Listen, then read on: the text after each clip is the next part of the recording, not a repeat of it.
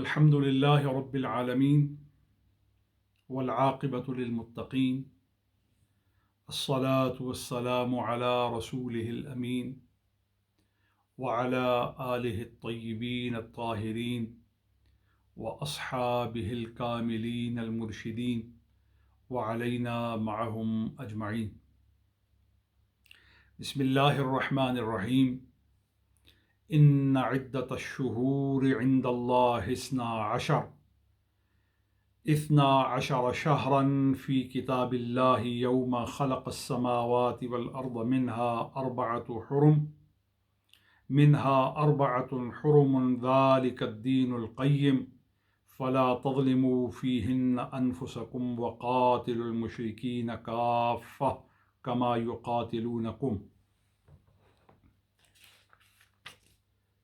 یقاتلونکم کافۃ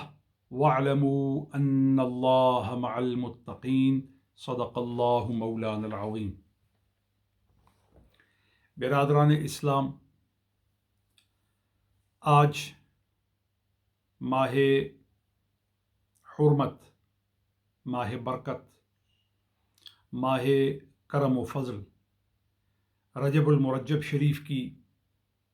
خصوصیات کو، انعامات کو، برکات کو، انوار و تجلیات کو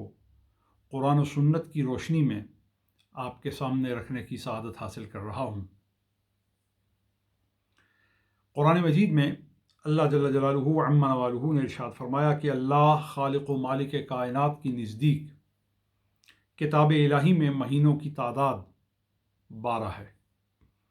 جس دن سے اس نے آسمانوں اور زمینوں کو پیدا کیا، ان میں 4 مہینے اللہ نے حرمت والے رکھے۔ پختہ اور قابل تسلیم بات یہی ہے، سو ان میں اپنے آپ پر ظلم نہ کرو، سب مل کر مشرکوں سے جنگ کرو جیسے وہ سب تم سے جنگ کرتے ہیں، اور جان لو کہ اللہ تقوی اختیار کرنے والوں کے ساتھ ہے۔ یہ سورہ توبہ کی آیہ شریفہ نمبر 36 ہے۔ اس آیہ کریمہ کی روشنی میں چند باتوں کا علم ہوتا ہے۔ ایک تو یہ کہ مہینوں کی تعداد اللہ جل جلالہ وعم نوالہ خالق و مالک کائنات نے 12 مقرر فرمائی ہے، اور مہینے جب اس نے مقرر کیے ہیں تو اس کا مطلب ہے کہ یہ بات آپ کے ذہن اور دل میں راسخ ہو جانا چاہیے کہ بادشاہی اللہ کی ہے، حکومت اللہ کی ہے، اور اسی کا حکم نافذ ہے، اور اس کے سوا کسی کا حکم کوئی حقیقت اور کوئی سچائی نہیں رکھتا، باقی سب کا سب دھوکہ ہے اور ایک فریب ہے۔ ہاں، حکم اور حاکمیت جب اس کی ہے تو اب نیابت میں، خلافت میں اور اتباع مرسلین میں، خصوصاً اتباع خاتم الانبیاء صلی اللہ علیہ وآلہ وصحبہ وسلم میں جو طریقہ مارز وجود میں آئے گا اور جو لوگ اس کی پیروی کر کے حکومت کو قائم کریں گے، وہی اللہ کے ہاں عزت والے اور وہی کامیابی والے ہیں۔ اس تناظر میں یہ سمجھانا مقصود تھا۔ اب یہ بات ذہن میں رہے کہ سارے مہینے ہی اللہ کے ہیں، لیکن اللہ نے 12 مہینوں میں 4 مہینے حرمت والے رکھ دیے ہیں، اور ان 4 مہینوں میں پے در پے 3 مہینے اوپر نیچے حرمت والے رکھے، ذی قعدہ، ذو الحجہ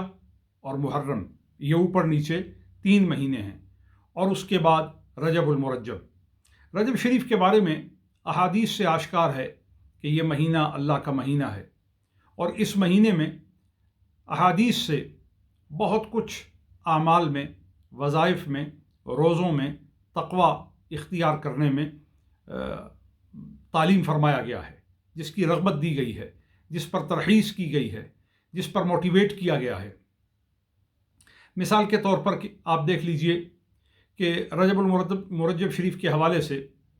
احادیث میں آتا ہے، اگرچہ ان احادیث کی سندوں میں محدثین نے کلام کیا ہے، لیکن اس کا تقوی سے تعلق ہے، اس کا تعمیر کردار سے تعلق ہے، تو یہ کہنا